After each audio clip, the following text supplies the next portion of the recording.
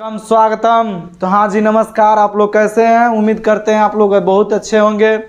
इस महादौर बिहार इंटर परीक्षा 2025 के लिए दूसरा चैप्टर आपके लिए उसने कहा था का लेखक परिचय आज हम लोग जानेंगे संपूर्ण अर्थ में सरल भाषा के साथ। समझे? तो मेरे सुकूनों, मेरे दिल के टुकड़ों, आप लोग कैसे हैं? तो लग जाइए एक नए दौर के शुरुआत में, नए इतिहास को रचने के लिए। तो कहा जाता है तुम अपने हौसले को बुलंद कर, सफलता आवश्यक रूप से मिलेगी। तू अपने हौसले को बुलंद कर, उसके पीछे मेहनत करते जा, आवश्यक रूप से तुम्हें सफलता मिलेगी। समझे? चलते हैं इसको देखते हैं। यह चंद्रधर शर्मा गुलेरी के द्वारा लिखा गया है, जो एक फिल्म के रूप में भी है। उसने कहा था, आप जाकर इसको देख सकते हो, फिल्म भी उसने कहा था, जो है एक प्रकार से बहुत अच्छी कहानी है। समझे? चलते यही चंद्रधर शर्मा गुलेरी थंबनेल पर जो फोटो लगा हुआ है वही है आपका। समझे? कहा जाता है चंद्रधर शर्मा गुलेरी, इनका जन्म है 7 जुलाई 1883। इनका जन्म कब हुआ? 7 जुलाई 1883। निधन जो है 12 सितंबर 1922 को हुआ। ठीक है ना? इनका निधन जो है 12 सितंबर 1922 और जन्म जो हुआ 7 जुलाई 1883 को। कहाँ? जयपुर राजस्थान में। कहाँ हुआ? जयपुर राजस्थान में। यह गुलेर के रहने वाले थे, इसीलिए इनका नाम गुलेरी टाइटल में है। समझे? मूल निवास गुलेर नामक ग्राम, जिला कांगड़ा, हिमाचल प्रदेश। कांगड़ा में कांगड़ा माई का जो मंदिर है, उन्हीं के अगल बगल इनका घर है, हिमाचल प्रदेश में। पिता पंडित शिवराम, पिता का नाम पंडित शिवराम। ठीक है ना? कांगड़ा, हिमाचल प्रदेश, गुलेर में इनका जन्म हुआ था। शिक्षा बचपन में संस्कृत की शिक्षा और 1899 में इलाहाबाद तथा कोलकाता विश्वविद्यालय में क्रमशः एंट्रेंस तथा मैट्रिक 1901 में कोलकाता विश्वविद्यालय से इंटरमीडिएट किए। देखिए, बचपन में संस्कृत से बहुत ज़्यादा अभिरुचि रखते थे। 1899 में इलाहाबाद तथा कोलकाता विश्वविद्यालय से क्रमशः एंट्रेंस पास करके मैट्रिक के परीक्षा 1901 में दिए, फिर 1900 इंटरमीडिएट वहीं से किए। 1903 में इलाहाबाद विश्वविद्यालय से बीए किए हैं। समझे? आपको बता दें कि यह जो है इलाहाबाद तथा कोलकाता विश्वविद्यालय से, इलाहाबाद से उन्होंने मैट्रिक पास किया और कोलकाता विश्वविद्यालय से इंटर पास किया। फिर इलाहाबाद विश्वविद्यालय से इन्होंने बीए पास किया। ठीक है ना? इलाहाबाद से दो गो चीज़ किए हैं। इलाहाबाद को ही प्रयागराज कहा जाता है। समझे? इलाहाबाद से दो गो चीज़ किए, आपका मैट्रिक किए और उसी के साथ आपका स्नातक, यानी स्नातक मतलब होता है बीए की परीक्षा इन्होंने वहाँ से उत्तीर्ण किया और कोलकाता विश्वविद्यालय से आपका जो है इंटरमीडिएट पास किए, इंटर पास किए। समझे? अगला जो कहता है वृत्ति इनका क्या रहा है, थोड़ा देखते हैं। इनका वृत्ति 1904 में जयपुर राज दरबार की ओर से खेतड़ी, ठीक है ना, वृत्ति जो इनका रहा है 1904 में जयपुर दरबार की ओर से खेतड़ी के नाबालिग राजा जय सिंह के अभिभावक बनकर, ये हिमाचल प्रदेश में कांगड़ा में इनका जन्म हुआ। गुलेर में इनका पिता का नाम पंडित शिवराम था। ठीक है ना? जय सिंह के अभिभावक बनकर मेयो कॉलेज अजमेर में आ गए। जयपुर भवन छात्रावास के अधीक्षक 1916 में संस्कृत विभाग के अध्यक्ष थे। अंतिम दिनों में मदन मोहन मालवीय के निमंत्रण पर बनारस हिंदू विश्वविद्यालय, इसी को BHU कहा जाता है। क्या कहा जाता है? BHU, Banaras Hindu University. मदन मोहन मालवीय के कहने पर बनारस हिंदू यूनिवर्सिटी के प्राच्य विभाग के कार्यवाहक प्राचार्य और मनीन्द्र चंद्र नंदी पीठ के प्रोफेसर है। तो मनीन्द्र चंद्र नंदी पीठ के प्रोफेसर है और BHU के प्राच्य विभाग के इन्होंने क्या था? कार्यवाहक भी थे। ठीक है ना? यह BHU में कार्यवाहक का पद देखें और मनीन्द्र चंद्र नंदी पीठ के प्रोफेसर है। समझे? इनका संपादन क्या हुआ? तो संपादन समालोचक हुआ। ठीक है ना? समालोचक काशी नगरी प्राचारणी पत्रिका इन्हीं का संपादन है। यह काशी नगरी प्राचारणी पत्रिका का संपादन इन्होंने किया है। इनकी रचना कौन कौन सी है? तो इनकी रचना है कहानी के रूप में सुखमय जीवन 1911 में लिखा गया, बुद्ध की काटा 1911 में ही। तो सुखमय जीवन याद रखिएगा, सुखमय जीवन, बुद्ध का काटा, और उसने कहा था 1815 में। याद रखिएगा, उसने कहा था कब लिखा गया? 1815 में। 1911 में सुखमय जीवन और 1911 में ही बुद्ध का काटा लिखा गया। समझे? पिता का नाम आप बता सकते हो, पंडित शिवराम, और गुलेर में जन्म हुआ, कहाँ? कांगड़ा, हिमाचल प्रदेश। प्राच्य विद्या, यह प्रोफेसर कहाँ के थे? तो नंदी, अभी पढ़ा है, मनीन्द्र चंद्र नंदी पीठ के प्रोफेसर थे और BHU के प्राच्य विभाग के कार्यवाहक थे। ठीक है ना। प्राच्य इतिहास, पुरातत्व, भाषा विज्ञान और समय सामयिक विषयों पर निबंध लेखन किए। कछुआ धर्म, मारे सी मोही कुठाव, पुरानी हिंदी, भारतवर्ष, डिंगल और पिंगल जो था हिमाचल प्रदेश और राजस्थान का एक भाषा और काव्य कृति के रूप में देखा जाता है, डिंगल और पिंगल। इन्हीं के द्वारा लिखा गया है डिंगल और पिंगल। संस्कृत की टिपरारी, देवानाम प्रिय आदि मुख्य निबंध है इनका निबंध के रूप में आप देख सकते हो। तो निबंध जो है इनका कछुआ, भारतवर्ष, डिंगल, संस्कृत की टिपरारी, देवानाम प्रिय इत्यादि जो है इनका प्रमुख निबंध है। इनके अतिरिक्त अनुवादों की बाढ़, खोज की खाज, क्रियाहीन हिंदी, वैदिक भाषा के प्राकृतिपन आदि टिप्पणियाँ भी प्रकाशित हुआ। अंग्रेजी में ए पोएम बॉय भास इन्हीं का लिखा हुआ है। एक commentary on the Vatsayan Kamasutra के बारे में इन्होंने एक कमेंट्री ऑफ वात्सायन कामसूत्र और ए पोएम बॉय भास के बारे में इन्होंने खूब अच्छा से अपने दिल को ताज़ा करते हुए इन्होंने लिखा है। The literary criticism, Vatsyayan Kamasutra, a poem by भास।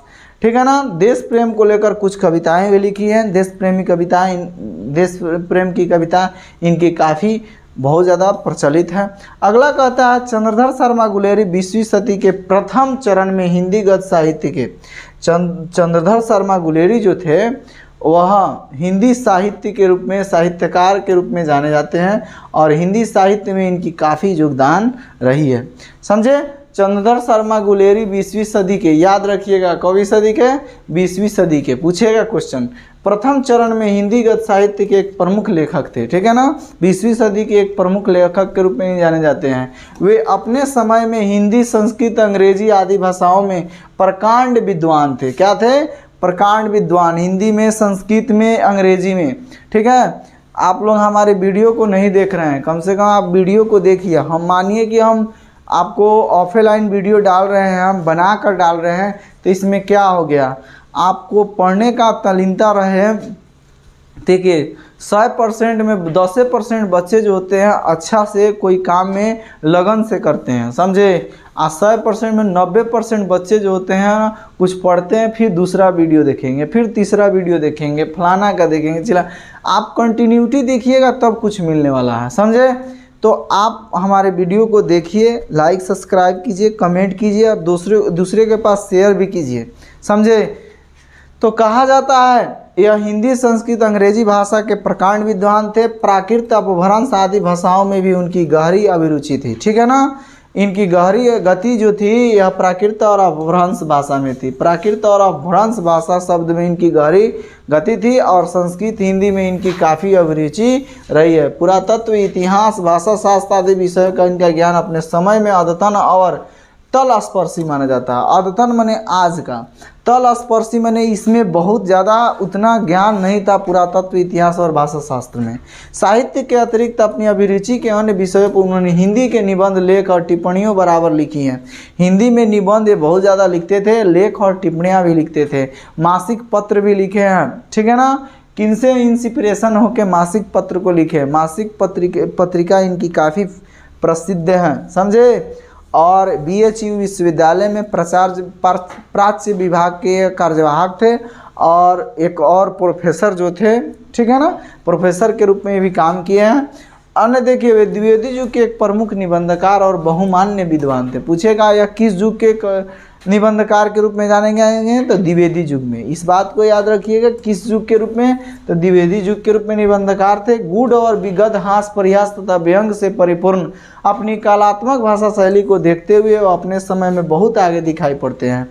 वे अपने युग के अत्यंत प्रतिभाशाली और समर्थ लेखक थे। ठीक है ना। अपने युग के सबसे प्रभावशाली व्यक्तियों में से और समर्थ लेखकों में से एक थे। गुलेरी जी ने कुल 3 ही कहानी लिखी और उन्हीं के बल पर कहानीकार के रूप में हिंदी में अमर हो गए।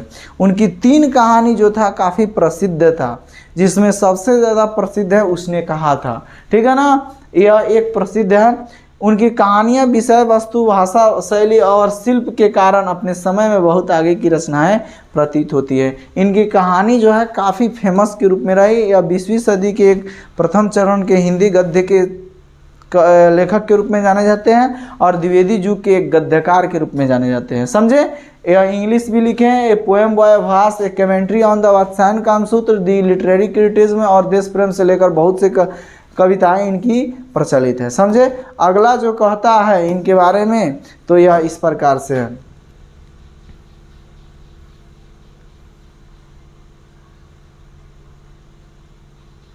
कहा जाता है चंद्र शर्मा गुलेरी के बारे में, ये जो उसने कहा था जो लिखे हैं यह बहुत अपने जी जान को जोड़ कर लिखे हैं और हिंदी कहानी के विकास में इनका प्रत्यक्ष और परोक्ष से प्रभाव पड़ा। प्रत्यक्ष के मतलब सामने, परोक्ष माने हिंदी साहित्य के आड़ में रखते हुए पीछे से काम करना। संस्कृत का इतना बड़ा पंडित और शास्त्र निशान गंभीर प्रकृति के विद्वान ऐसी सृजनात्मक भाषा शैली में कल्पना और यथार्थ के एक से संतुलन संधान के साथ आधुनिक कथ्य वाली ये कहानियाँ लिख सका। यह सचमुच चमत्कृत कर देने वाली, आश्चर्य से भर देने वाली रचनात्मक घटना है। इनकी जो भी काव्य शैली रहा उसमें जी जान से यह मेहनत किए और बहुत अच्छा से इन्होंने लिखा, प्रत्यक्ष रूप में हो साहित्य के रूप में या परोक्ष रूप से, लेकिन इन्होंने साहित्य को आगे बढ़ाने में बहुत ज़्यादा मदद किया। संस्कृत में इतना ज़्यादा विद्वान थे कि इन्हें पंडित की उपाधि भी दिया गया, समझे। यह द्विवेदी युग के कवि निबंधकार थे और इनका जन्म जो हुआ हम बताए थे हिमाचल प्रदेश कांगड़ा में हुआ था, यह गुलेर गांव में हुआ था, समझे। याद रखना जरूरी है। पिता का नाम पंडित शिवराम था। इनका लेखन कला जो है उसने कहा था बुध का कांटा है। इंग्लिश में आपको हो जाएगा आपको ए बॉय एंड भास हो जाएगा, ठीक है ना। तो याद रखिएगा ये कहानियाँ अपनी भाषा शैली और शिल्प को लेकर आज भी उतना ही तरोताज़ा हैं कि रचनात्मक कौतुक सरीखी प्रतीत होती है। इनकी कहानी जब पढ़ी जाती है ना तो लगता है कि चंद्र शर्मा गुलेरी ने कुछ अजीब गरीब अच्छा चीज़ लिखा है। आज भी उनके नाम तरोताज़ा है हमारे समाज में। हिंदी साहित्य में जो भी कर्म करते हैं, जो भी काम करते हैं, उनका नाम हमेशा युग युगांतर तक लिया जाता है, समझे। कौतिक का अभिप्राय कतई यह नहीं है कि इनकी विषय वस्तु या कथ्य कम महत्वपूर्ण अथवा अगंभीर हो। इनकी जो भी कथन शैली है, कही गई बातें जो है वो अगंभीर है, ज़्यादा सीरियस लेने वाली चीज़ नहीं है, लेकिन पढ़ने वाला श्रोता और सुनने वाला श्रोता और पढ़ने वाला पाठक को जरूर न जरूर स्तब्ध कर देने वाली इनकी भाषा शैली है। सच्चाई इसके विपरीत है। इसकी विषय वस्तु और कथ्य अधिक गंभीर और महत्वपूर्ण तथा समय से आगे के हैं। यह कहानी प्रस्तुत उसने कहा था उनकी अमर रचना है। उनकी क्या है? अमर रचना के रूप में इनकी कहानी जो है प्रस्तुत हुई है। यह हिंदी कहानी के विकास में मील का पत्थर मानी जाती है। याद रखिएगा, इसको विकास में कथी मानी जाती है? मील का पत्थर मानी जाती है। यह बहुत इन्होंने अच्छे से रचना की है, इसीलिए यह एक कालजयी रचना है। कालजयी यह हमेशा हर एक कालों में इसे पढ़ा जाएगा, ठीक है ना। प्रसिद्ध फिल्मकार बिमल राय ने इस कहानी पर फिल्म भी बनाई है। अभी हम शुरुआत में बताए थे कि इस पर फिल्म भी बना है। के बनाया? तो बिमल राय ने बनाया। किसने बनाया? बिमल राय ने बनाया, ठीक है ना। इसके अन्य नाट्य रूपांतर हो चुके हैं। शुद्ध प्रेम की आध्यात्मिक अनुभूति और उनके स्वाभाविक उत्सर्गमय अभिव्यक्ति इस कहानी का कथ्य है, ठीक है ना। यह आप जो भी कहानी लिखे हैं शुद्ध प्रेम पर आध्यात्मिक रूप से लिखे हैं। शुद्ध प्रेम को इसमें दर्शाया गया है कि मनुष्य को कैसा प्रेम होना चाहिए, ठीक है ना। वह दुनिया की दिखावे वाला प्रेम नहीं होना चाहिए। प्रेम होता है आपको दिन और रात से, ठीक है, जो कभी एक नहीं हो सकते। दिन विह्वल होकर रात के लिए हमेशा आग की तपता धूप देता है और रात विह्वल होकर आंसू छोड़ती है। दिन और रात कभी एक नहीं हो सकते हैं। उसी तरह प्रेम होता है। प्रेम जो होता है ना वह शारीरिक संपर्कन प्रेम नहीं कहलाता है। प्रेम का अर्थ होता है कि दो दिलों का मिलना, लेकिन कभी दो जिस्म एक नहीं हो सकते, समझे। इसी को प्रेम कहा जाता है, ठीक है। प्रेम वैसा होना चाहिए कि जो दो जिस्म कभी एक ना हो सके, यह प्रेम होता है। प्रेम जो होता है मोर और मोरनी का होता है, ठीक है ना। आलिंगन वो भी करते नहीं। प्रेम का अर्थ यह भी हो सकता है कि जो कभी मिलता भी नहीं। आपके मम्मी और आपके बीच जो प्रेम है, हमारी मम्मी और हमारे बीच जो प्रेम है, यह बहुत उचित प्रेम है। यह लगता है मम्मी सोचती है कि हम अपने बच्चे पर कितना प्रेम उड़ेल दें, हम सोचते हैं हमारी मम्मी कितनी अच्छी है।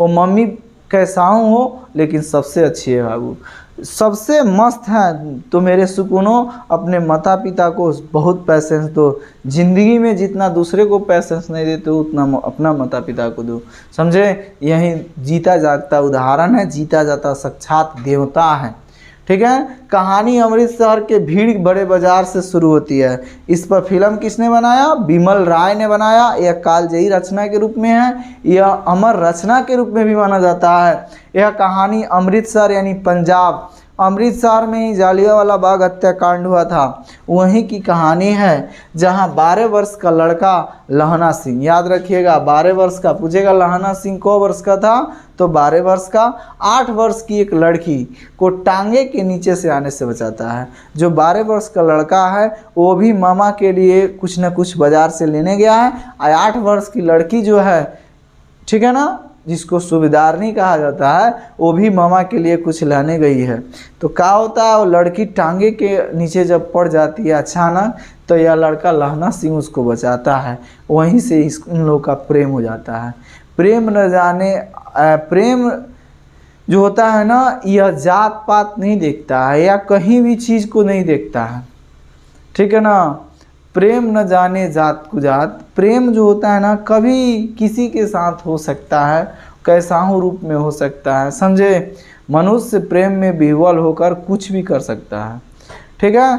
तो इसलिए इनका प्रेम जो है शुद्ध प्रेम है। इसमें चंद्रशेखर गुलेरी बताते हैं कि मनुष्य का ऐसा ही प्रेम होना चाहिए, ठीक है ना। तो कहते हैं लड़का लड़की को यह पूछते हुए छेड़ता है, लड़का लड़की से पूछते हुए छेड़ता है। क्या? लड़कों की ये आदत है, समझे। तेरी कुड़माई हो गई है यानी तुम्हारी शादी हो गई है। कुड़माई मने होता है मंगनी यानी शादी। उस समय बाल विवाह की प्रथा चलती थी, समझे। तो लड़की धत कहकर भाग जाती है, यानी लड़की यानी वो लजा जाती है, लज्जित हो जाती है, और धत कहकर क्या हो जाती है? भाग जाती है। एक दिन वह धत कहकर भागने के बजाय कहती है हाँ कल हो गई, समझे। अब वो भी परेशान हो गई। अब कल उसके कल भी भेंट होता है, परसों भी भेंट होता है, लगातार 2-3 दिन बाद भेंट होता है। तो वह लड़की क्या कहती है कि हाँ, वो भी अब उता गई है सुनते सुनते। तो वह कहती है धत कहकर और चली जाती है। और फिर बाद में कहती है कि हाँ मेरी शादी हो गई है, मेरी मंगनी हो गई है। देखते नहीं ये रेशम की फूलों वाली सालू, जो ओढ़े हैं देख रहे हो रेशम के फूल वाली सालू, यह मेरा मंगेतर के घर से आया है। लहना सिंह हतप्रभ रह जाता है। इसके बाद लहना सिंह का भेंट प्रथम विश्व युद्ध के मोर्चे पर होती है। लहना सिंह कहाँ भेंट करता है? प्रथम विश्व युद्ध की जब लड़ाई होती है तो वहीं सूबेदारनी का पति हजारा सिंह और उसका बेटा बोधा सिंह जो हैं उन्हीं के रूप में हो जाता है, समझे। सूबेदारनी जो है वहीं जो धत कह के भागी है लड़की, वहीं जब शादी के बाद सूबेदार की पत्नी बन जाती है। वहीं सूबेदार के अंतर्गत कौन उनका काम करने वाला जो होता है एक सैनिक लहना सिंह होता है, समझे। चलते हैं तो यह वह याद करता है कि छुट्टी के बाद वो घर से लाम पर जाते समय, लाम माने होता है युद्ध, युद्ध पर जाते समय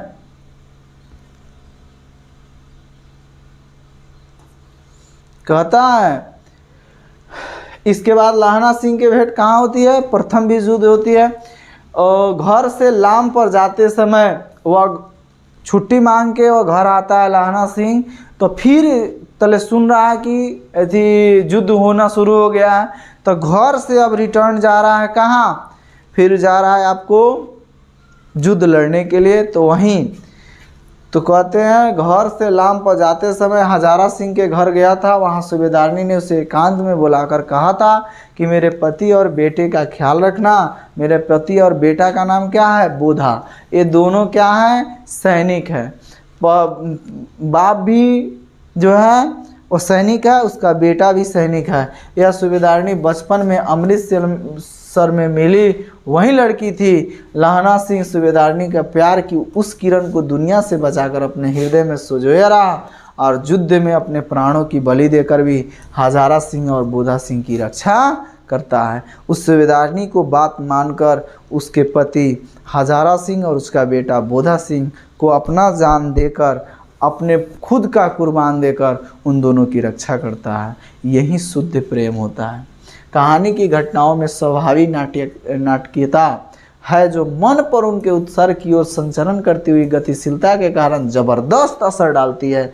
इस तरह प्रभावान्वित जो कहानी का प्राण मानी जाती है, उसका अद्भुत रचाव है। वातावरण की सृष्टि करने में लेखक को अपूर्व सफलता प्राप्त हुई है। आरंभ में इसे कौतूहल पाठक को अपने प्रभाव में बांध लेता है। समझे, यह कहानी वैसे है कि पाठक माने पढ़ने वालों को अपने मन में इतना ज़्यादा उसके मन में इस भाषा शैली से स्तब्ध कर देगा, भाषा शैली से उसको अपना बस में कर लेगा कि मन नहीं करेगा कि थोड़ा सा और रहता तो और पढ़ते, कितना अच्छा रहता। समझे, जिस तरह हम मूवी देखते हैं, कोई मूवी अच्छा लगने लगता है तो सोचते हैं कि इसका अगला पार्ट काहे नहीं आ रहा है, उसी तरह ये भी है। ठीक है, और कहानी को उत्कर्ष बिंदु पर पहुंचाकर ही विराम देता है, किंतु तब कहानी का प्रभाव मन में गूंजता रह जाता है। जब कहानी पढ़ लीजिएगा तो शायद आपका भी मन में इस कहानी का भाव जो है हमेशा सोते जागते उठते बैठते हमेशा जागते रहेगा और गूंजते रहेगा। समझे, तो मेरे शेर शेरनियों, मेरे दुलारों, मेरे सुकूनों, मेरे प्यारों, आपको ये ज़रूर समझ में आई होगी मेरी भावनाएं। तो अगर भावनाएं समझ में आई होगी तो लाइक, सब्सक्राइब और कमेंट ज़रूर कीजिए। मिलते हैं नेक्स्ट वीडियो के साथ, नए जोश जुनून के साथ। मेरे दिल के टुकड़ों, थैंक यू, धन्यवाद, जय हिंद।